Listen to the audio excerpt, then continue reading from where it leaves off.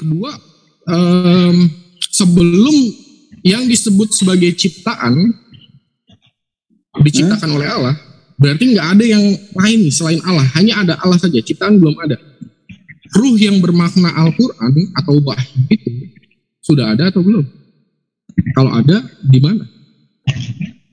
Itu aja. Oke, waktu selesai. Sekarang bagi pihak Muslim, Penatua Tinusler untuk menjawab pertanyaan dari Pak Pendeta Geri tadi ya. Waktu selama 5 menit untuk menjawab pertanyaan. Persilakan, monggo. Ya, oke ya, udah mulai ya. Ya, jadi pertanyaan mengenai ruh Al-Quran ini sudah ada atau belum ada, itu sudah ada jawabannya, Pendeta Geri. Itu sudah dijelaskan di dalam Al-Quran, di ayat yang menjelaskan tentang Lauhul Mahfuz atau kitab buku tentang kehidupan dan segalanya itu sudah tercatat di sana. Baik Injil, baik Torah, Zabur, Injil dan juga Al-Quran itu sudah tercatat di sana, dan itu akan terjadi pada waktunya. Sehingga itu sudah ada lebih dulu, tapi posisinya tetap ada awalnya. Ada awalnya. Dan ruh sendiri itu adalah lafaz mustarok yang bisa diartikan kemanapun itu. Banyak jadi artinya, bisa ke Al-Quran ruh ini, bisa ke Jibril alaihi salam, bisa ke kekuatan Allah, bisa ke apa lagi gitu. Karena ruh ini padanannya di padanannya di Hebrew itu ruah, sama jatuhnya. Dan kalau misalnya kita lihat ke Yahudi, ruah itu sendiri diciptakan di hari kedua ketika penciptaan. Hari kedua ketika penciptaan itu jatuhnya berarti hari Sabtu itu Minggu, Senin, hari Senin berarti diciptakan. Nah gitu. Jadi tetap aja jatuh-jatuhnya ciptaan. Begitu. Untuk ruh ya. Ruh itu ciptaan, firman itu sifat, my brethren. Itulah kenapa kalau misalnya kita lihat di Al-Ma'arij, Al-Ma'arij ayat 4, An-Naba ayat 38, ruh ini nanti berbaris bersaf-saf dan berbicara ketika Allah memerintahkan, dan akan turun ke bumi melakukan pekerjaannya ketika Allah memerintahkan. Ya masa sesuatu yang diperintah-perintah oleh sesuatu yang lain kita mau sembah? Kan gitu jatuhnya. Itu jadi jawabannya. Lalu aku akan bahas apa yang menjadi pertanyaan, apa yang jadi narasi dari Brethren Harry adalah ketika dibilang itu kok dalilnya karena ada gitu ruh itu dan juga firman itu keluar dari Allah. Lah kok dalil itu yang keluar dari Allah? Udah jelas yang keluar dari Allah itu ya properti gitu, di luar Allah jadinya kan. Bumi ini di luar Allah. Manusia itu di luar Allah. Apa itu? Ya ciptaan jatuhnya. Makanya nyari dalil yang mau menjadi hujah bahwa itu Tuhan harus datang dari Allah itu sendiri atau dari entitas yang memang dituju, yang menyatakan bahwa akulah Tuhan juga. Semacam itu baru disembah, baru dimuliakan, baru dikultuskan setara dengan siapa yang lu sembah itu, Yud-Fe-Vav sendiri. Kalau mau begitu dalil kok keluar dari Allah, ini malah membuat kenyataan bahwa memang Pendeta Geri itu menyembah ciptaan gitu. Kecuali ini firman di luar, bumi, langit, manusia, apalagi malaikat, semuanya di dalam Allah, ini di luar sendiri mau disembah silahkan. Lah ini jelas-jelas di luar, udah diakui sendiri, dalil kok malah di luar. Jadi nggak spesial dong, malah jadi kelihatan sama sekali bahwa itu hanyalah ciptaan. Itu yang pertama. Terus posisinya begini, yang pernah tidak ada, gitu ya, ciptaan itu yang pernah tidak ada. Sekarang kapan penglihatan dan pendengaran Allah itu pernah tidak ada? Kapan? Coba dijawab, ayo. Udah jelas aku bilang di awal, yang namanya sifat ini eksistensinya melekat kepada entitas mana yang dilekatkan. Mau ke holik, ya berarti sama-sama kekal. Mau ke makhluk, ya berarti sama-sama tidak kekal. Kan gitu jatuhnya. Itulah kenapa firman bagi kami biasa saja. Karena firman sifat setara dengan penglihatan dan pendengaran Allah. Yang menarik ketika firman keluar, perhatikan apakah penglihatan dan pendengaran pernah keluar dari Allah? Gak pernah. Kalau mau sembah yang dua ini. Kalau mau, karena tidak pernah keluar. Sesuatu yang keluar milik Allah, my brethren. Sesuatu yang mempunyai pemilik, makanya itu adalah ciptaan, my brethren. Udah final dibilangin dalam Al-Quran itu, dalam keimanan Muslim, firman itu apa? Ini kok masing-masingnya mau dicoba disembah, lalu mau dikaitkan dengan sesuatu yang udah jelas-jelas dia mendeklarasikan dirinya Tuhan dan tidak ada sesuatu yang setara dengan dirinya gitu. Ini di Al-Quran ada, di tanahnya Yahudi ada, di dalam perjanjian baru pun ada pernyataan seperti itu. Kok masih mau mengingkari hal yang seperti ini? Kok masih mau-maunya menyembah sifatnya Tuhan yang kemudian dimodif sedemikian rupa dengan doktrin sehingga dia seakan-akan Tuhan juga yang mempunyai pribadi. Jelas-jelas kalau udah ada dua pribadi yang berbeda, itu namanya duotheos. Ditambah lagi satu pribadi yang berbeda, triteos jatuhnya. Nggak bisa lagi tritunggal. Karena semua pribadi ini mempunyai kehendak sendiri, mempunyai pemikiran sendiri. Taman Getsemani, Yesus sendiri udah bilang, yang kalian sebut firman yang menjelma jadi manusia ini. Aku biarkan cawan ini berkehendak sesuai dengan kehendakmu, bukan kehendakku. Udah ada perbedaan kehendak di sini. Yang satu takut, yang satu mempunyai nubuatan.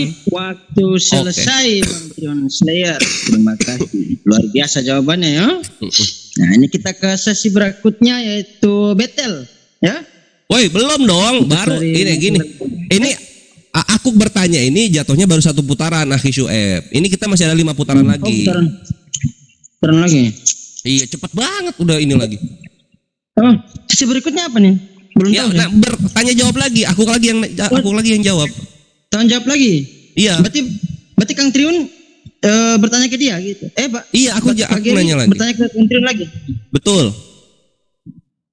Oke, sip, lanjut. Monggo, waktu yang bertanya waktu 2 menit ya. Iya, 2 menit. Oke, nah sekarang ini pertanyaan berikutnya. Nah, posisinya ketika firman ini keluar dari Allah seperti yang kita sepakati bersama, lalu kemudian kekristenan menyembahnya, perhatikan. Apakah yang namanya firman ini bisa mati dan merasakan sakit? Kalau misalnya bisa, maka ini ciptaan. Kalau misalnya tidak bisa, Yesus kesakitan. Jadi ada 2 opsi nanti jawabannya. Pertama bisa, kedua tidak bisa. Kalau tidak bisa ini sama sekali menyangkal dengan apa yang tertulis. Kalau misalnya bisa berarti Tuhannya ini lemah. Nah, sesuatu yang lemah tidak bisa sama sekali dalam Islam dituhankan. Karena Allah Maha Kuat. Karena itulah Allah konsisten. Tidak ada sesuatu pun yang menyerupai dia, laisa kamitslihi syai'un, dan tidak ada juga yang bisa melihat dia kecuali dia menghendakinya, dan kehendak ini akan terjadi di akhirat nanti. Konsistensinya masih dipegang sampai sekarang. Jadi silakan dijawab, apakah firman bisa sakit atau tidak? Silakan. Oke, sip. Pak Pendeta Gary masih 40. Udah nggak apa-apa. Oke. Begitu sekarang pertanyaan dari Kang Triun dijawab oleh Pendeta Gary selama 5 menit ya. Waktu berjalan, silakan, monggo. Ya, ini berarti 5 menit saya menjelaskan, kemudian nanti 2 menit saya bertanya. Betul. Ini terjadi sampai 5 kali putaran, Pendeta Gary. Aman, adil. 5 kali putaran. Alhamdulillah. Ya, kalau pertanyaannya apakah firman Allah bisa sakit? Ya sudah jelas tidak bisa. Tetapi kenapa Yesus bisa sakit atau bisa lelah atau bisa tidur? Ya karena firman Allah itu turun ke bumi lalu mengenakan kemanusiaan, kedagingan. Firman Allah itu menjadi manusia. Bukan dalam pengertian firman Allah itu kemudian berubah menjadi ciptaan, tetapi firman Allah itu mengenakan kedagingan.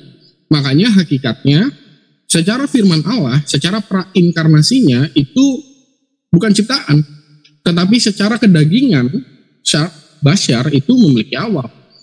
Iman Kristen begitu. Sedangkan di dalam iman Islam itu menolak praeksistensinya Isa itu bukan ciptaan. Kenapa? Karena praeksistensinya Isa ini memiliki awal. Awalnya di mana? Nah, sejauh yang saya ngobrol nih sama teman-teman Islam, selalu menunjuk pada awal di QS 7 ayat 172. Sewaktu Allah menepuk punggung Adam, keluarlah seluruh jiwa-jiwa manusia dan salah satu jiwanya adalah jiwa Isa. Di situ awalnya Isa. Nah, saya udah bilang bahwa kami itu menolak bahwa salah satu nafs yang keluar dari surga Adam adalah nafsnya Isa, praeksistensinya Isa. Karena di dalam iman kami, prainkarnasinya Yesus itu tidak keluar dari sulbi Adam, tetapi keluar dari Allah. Yohanes 8 ayat 42. Nah, makanya ini Anda harus benar-benar paham tentang teologi penciptaan. Kalau misalnya Anda mengatakan bahwa langit dan bumi ini milik Allah, iya benar. Lalu kemudian Anda mengatakan bahwa firman Allah ini milik Allah, iya benar. Nggak salah. Tetapi ada perbedaannya. Karena firman Allah ini termasuk pada amar Allah, sedangkan langit dan bumi bukan termasuk pada amar Allah, tetapi sebagai ciptaan Allah. Makanya Anda nggak bisa menyamakan begitu aja. Anda ngomong tentang, oh seluruh dunia ini milik Allah, iya benar. Tetapi apakah seluruh dunia ini adalah amar Allah? Beda. Anda baca QS 7 ayat 54. Hak Allah itu ada dua, menciptakan dan amar. Firman Allah, hakikatnya bukan ciptaan karena amar.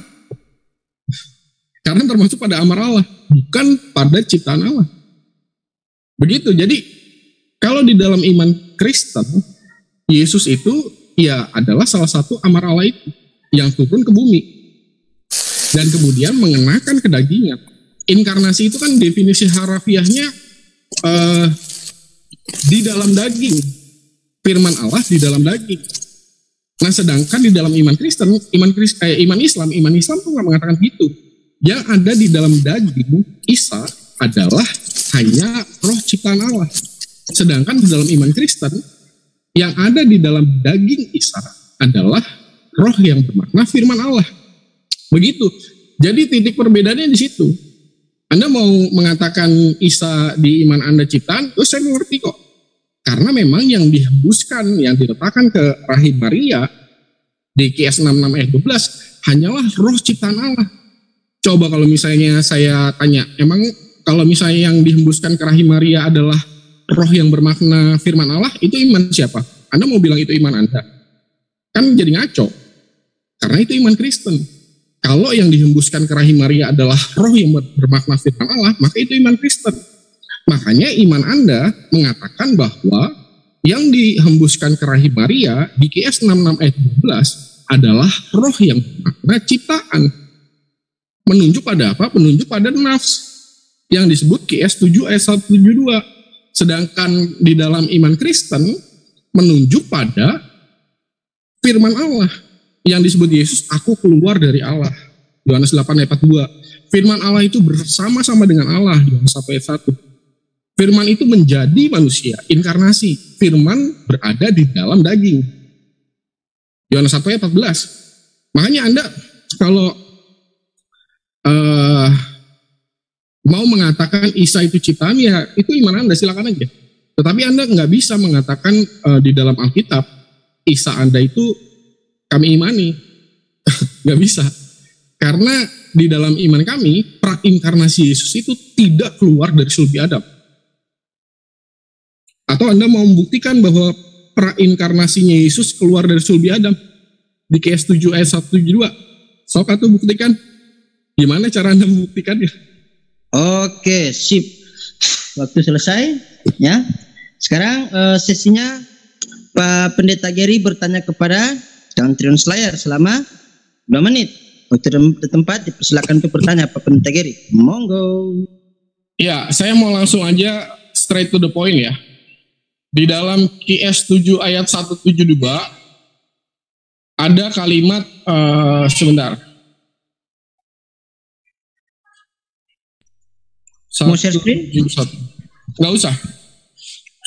Ada kalimat min bani adama min zuhurihim yang diartikan dari tulang punggung anak cucu Adam, keturunan mereka, keturunan Bani Adam, keturunan Adam gitu ya.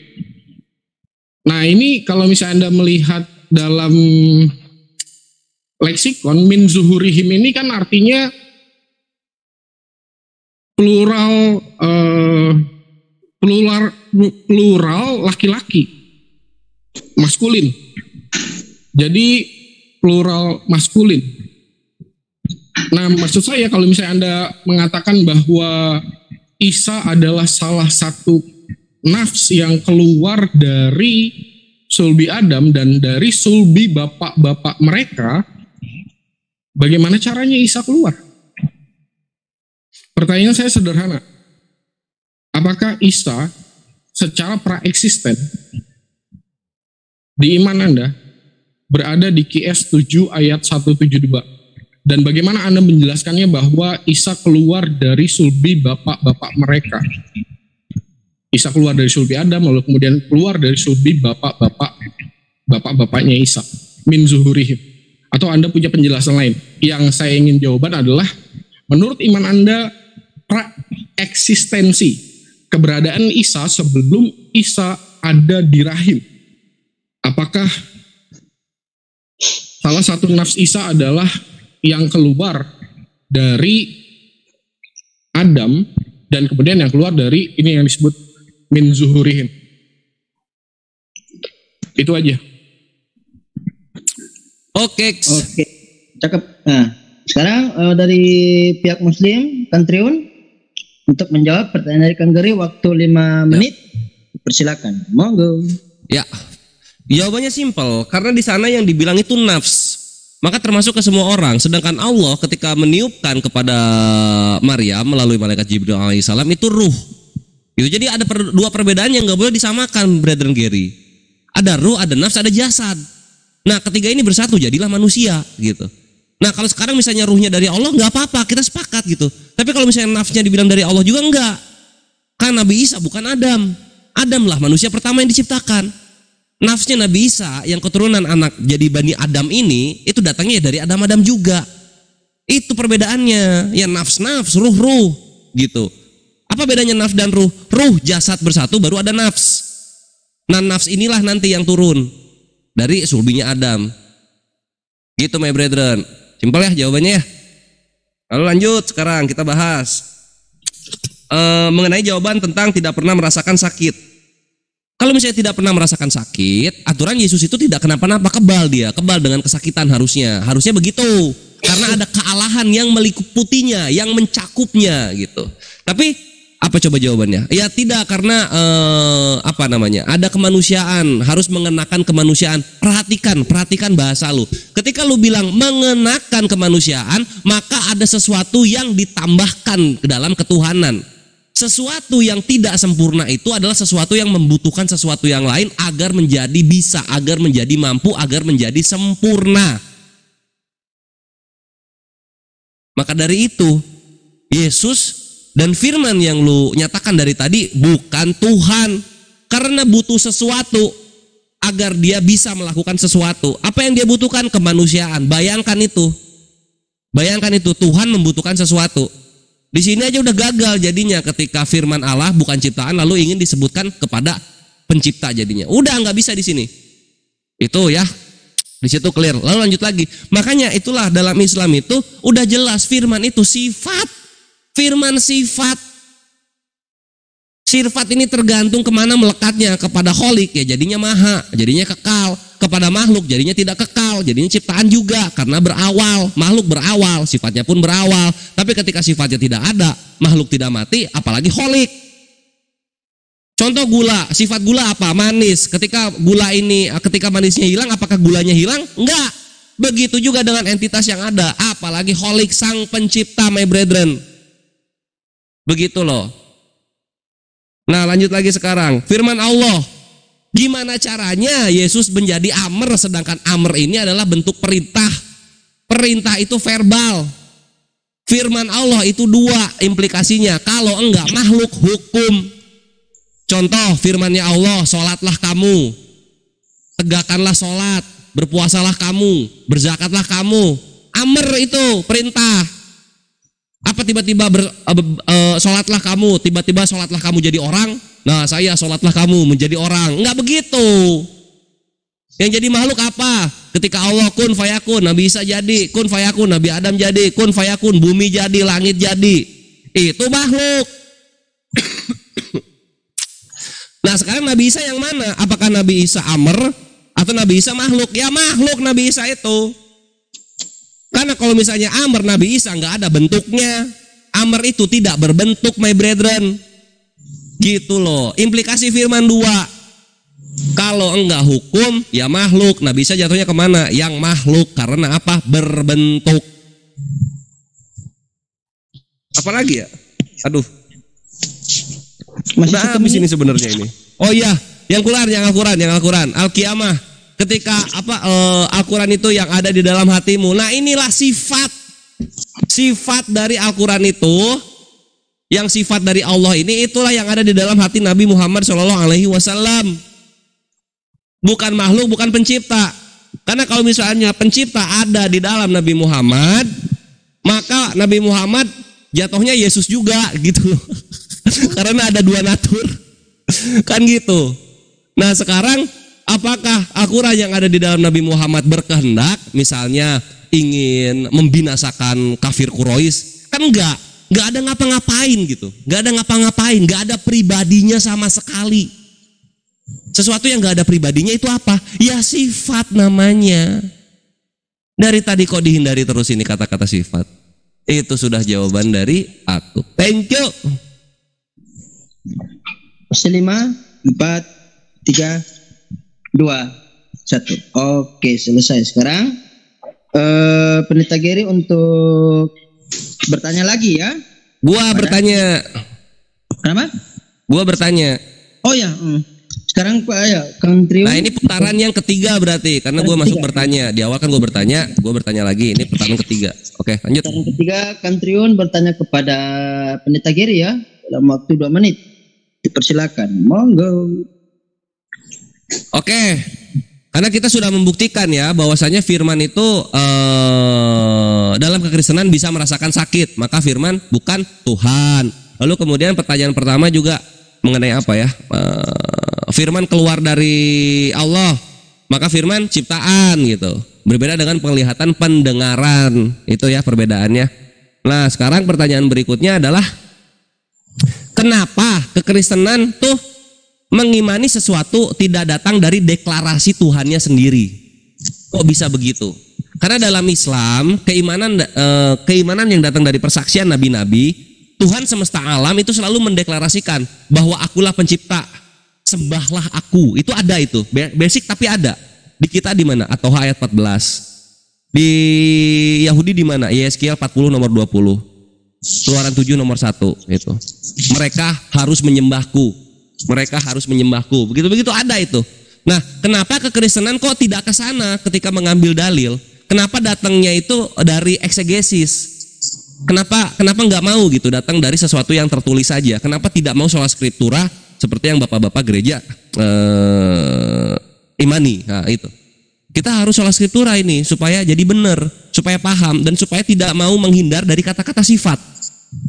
Kita berperilaku ini bukan datang dari roh, Grady. Kita berperilaku ini tidak datang dari roh, my brethren. Datang dari sifat yang kita miliki. Yang sifat ini berkumpul lalu membentuk karakter. Bukan dari roh. Terima kenyataan yang ada. Sekarang pertanyaannya, kenapa kalian tidak mau mengimani apa yang tertulis? Yaitu sebuah deklarasi dari Tuhannya sendiri. Silahkan dijawab. 10, 9, 8, 7, 6. Oh, udah selesai. Oke. Nah, sekarang Pak Pendeta Gary untuk menjawab pertanyaan dari Kang Triun ya. Waktu selama 5 menit. Silakan. Monggo. Justru kami mengimani apa yang tertulis dalam Alkitab. Sewaktu Yesus mengatakan, aku keluar dari Allah. Tidak ada ciptaan keluar dari Allah, tidak ada. Yang ada adalah amar Allah, yaitu firman Allah. Kalau misalnya menunjuk pada apa yang dikatakan Yesus, aku keluar dari Allah, maka itu menunjuk pada Yohanes 1. Firman Allah itu bersama-sama dengan Allah, dan kemudian firman Allah itu kemudian keluar dari Allah dan kemudian diletakkan ke dalam rahim Maria. Oke, jadi jawaban saya sesederhana itu. Jangan mengatakan bahwa kami tidak punya dasar, ada dasarnya. Lalu kemudian Anda mengatakan bahwa kalau misalnya Yesus sakit, firman Allah berarti bisa mengalami sakit. Ya salah. Saya gambarkan dengan gini deh. Kalau misalnya Anda melihat tadi lah, QS 2 ayat 97. Firman Allah itu diletakkan ke dalam hati Nabi Muhammad. Sewaktu Nabi Muhammad sakit, apakah firman Allahnya jadi sakit? Enggak kan? Karena hakikatnya berbeda. Nah, seperti itu juga dalam iman Kristen terhadap Yesus. Bahwa kalau misalnya menunjuk pada hakikat prainkarnasi Yesus, maka ini menunjuk pada firman Allah. Yesus itu adalah sebagai firman Allah. Sedangkan kedagingan memang memiliki awal. Begitu. Jadi kalau misalnya Anda mengatakan firman Allah diletakkan ke dalam hati Nabi Muhammad, ya firman Allah nggak akan pernah sakit. Kalaupun Nabi Muhammadnya mengalami sakit, mengalami kelelahan seperti itu. Jadi Anda dari tadi tuh saya agak bingung karena Anda mengatakan firman Allah itu sifat. Iya, sepakat saya, sifat. Apalah terserah. Intinya adalah hakikatnya bukan ciptaan. Dan sewaktu keluar dari Allah, tadi Anda salah tuh. Al-Quran ini berada di Lauh Mahfuz. Iya benar, tapi Lauh Mahfuz itu ciptaan. Sedangkan yang saya tanya adalah sebelum segala sesuatu yang disebut ciptaan. Kayaknya saya dengar bahwa Anda bilang bahwa Al-Quran itu memiliki awal. Nah itu saya menolak itu. Al-Quran hakikatnya bukan ciptaan karena tidak memiliki awal. Nah dalam konteks itulah iman Kristen tuh memandang Yesus tuh seperti itu. Bahwa yang turun ke bumi adalah firman Allah. Anda jangan pakai istilah Sabelian lah saya bukan Sabelian. Kalau misalnya Anda mengatakan, berarti di dalam rahim Maria itu ada pencipta. Antara Allah dengan firman Allah ini bisa dibedakan. Tetapi Anda tidak bisa mengatakan firman Allah ini selain Allah. Begitu. Apakah Al-Quran selain Allah? Dalam konteks tertentu iya. Tetapi kan hakikatnya sama. Bukan ciptaan, tidak memiliki awal. Begitu. Nah dalam konteks itulah iman Kristen mengimani Yesus. Makanya kalau misalnya dialog tentang Yesus itu jangan pakai istilah Yesus itu Tuhan atau enggak gitu. Langsung aja straight to the point. Yesus ini ciptaan atau bukan ciptaan secara prainkarnasi atau secara praeksistensi. Kalau misalnya Anda mengatakan bahwa praeksistensi Isa berada di dalam diri Adam, keluar dari Adam, maka wajar aja Anda mengimani Isa itu hanya ciptaan. Tapi lagi-lagi ya, gimana caranya Isa berada di dalam diri Adam? Keluar dari bapak-bapak mereka. Isa itu nggak punya bapak. Gimana caranya? Keluar dari sulbinya siapa? Coba saya tanya itu. Jadi sudah jelas lah ya, iman Kristen menolak pra-inkarnasi Yesus itu keluar dari sulbi Adam. Karena nanti nggak bisa. Bagaimana? Min zuhurihim itu bagaimana keluarnya? Kalau saya keluar dari bapak saya keluar dari bapaknya lagi. Sampai begitu terus sampai nanti ujungnya Adam. Lah Yesus gimana? Lalu Anda mengatakan bahwa salah satu nafs di surat 7 ayat 172 yang dalam teksnya tertulisnya anfusihim, salah satu nafsnya adalah Isa. Gimana ceritanya? Gimana caranya? Sewaktu Allah menepuk punggung Adam, keluarlah nafs itu dari sulbi bapak-bapak mereka. Isa keluar dari sulbi siapa? Sehingga ada di rahim Maria. Itulah sebabnya di dalam iman Kristen kami menolak pemahaman iman bahwa Isa berada di dalam diri Adam, keluar dari diri Adam. Karena teksnya sudah jelas. Aku keluar dari Allah. Ciptaan tidak pernah disebut keluar dari Allah. Ciptaan pertama itu air. Air itu dikreasio ex nihilo. Dari ketiadaan. Selesai. Ya. 5 menit sudah dijawab oleh Pak Pendeta Geri. Sekarang di keempat, Pak Triun ya, untuk bertanya. Menjawab apa? Bertanya ya? Enggak, bertanya, ini dong yang kekristenan bertanya dong. Oh ya, kekristenan bertanya. Oke sih. Sekarang dari pihak Kristen melakukan pertanyaan kepada pihak Muslim selama 2 menit. Ya, Pak Pendeta Geri, silakan. Ya, ada beberapa pertanyaan. Tadi kan saya udah bilang bahwa Anda menunjuk pada Lauh Mahfuz. Lauh Mahfuz itu ciptaan. Yang saya tanya sebelum Lauh Mahfuz ini diciptakan Allah dan semua ciptaan itu sama sekali belum ada. Al-Quran yang diturunkan Allah ke bumi yang disebut ruh di QS 42 ayat 52 ini ada atau tidak ada? Kalau ada di mana? Itu satu. Yang kedua adalah Anda perlu memperjelas apakah firman Allah yang keluar dari Allah dan kemudian diletakkan ke dalam hati Nabi Muhammad di QS 2 ayat 97. Ya yang mana lagi kan? Kalau bukan yang disebut ruh di QS 42 ayat 52, 16 ayat 2, 40 ayat 15. Nggak ada yang lain. Apakah ruh yang bermakna Al-Quran yang diletakkan ke dalam hati Nabi Muhammad ini hakikatnya ciptaan atau bukan ciptaan? Ruh ya, bukan menunjuk pada mushaf. Itu aja. Anda harus memperjelas posisi iman Anda nih. Oke, itu aja. Oke, thank you pertanyaannya. Ya, posisinya begini, Brother Gary. Udah itu aja dibilang. Betul ya, oke. Silakan Kang Trio.